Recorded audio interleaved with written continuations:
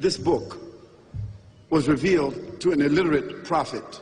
That means an unlettered prophet, 1424 years ago.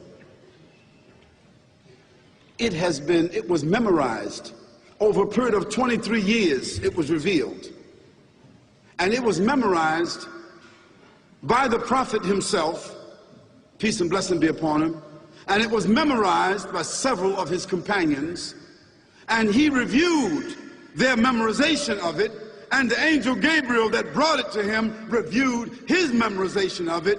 And so when the prophet, peace and blessing be upon him, passed away, there were several companions of his that had memorized this whole Quran under his review. And since that time, millions of Muslims have memorized the Quran in every age. And I almost guarantee you that there's probably at least 2 or 3 or 4 Muslims in this gathering here that have memorized this whole Quran or the greater portion of it.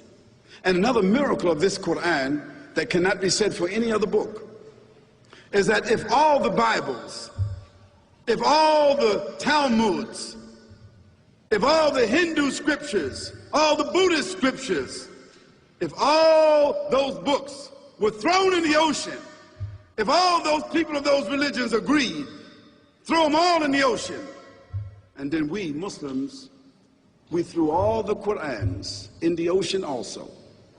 The Quran is the only one that in a matter of a day or 2 would be brought right back because it has been memorized from cover to cover.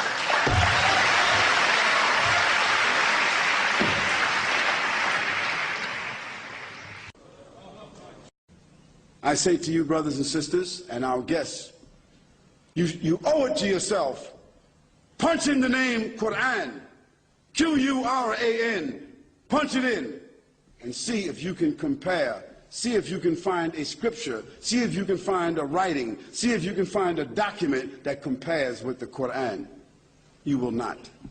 You owe it to yourself to read this powerful scripture. Don't ignore it. You cannot afford to ignore it.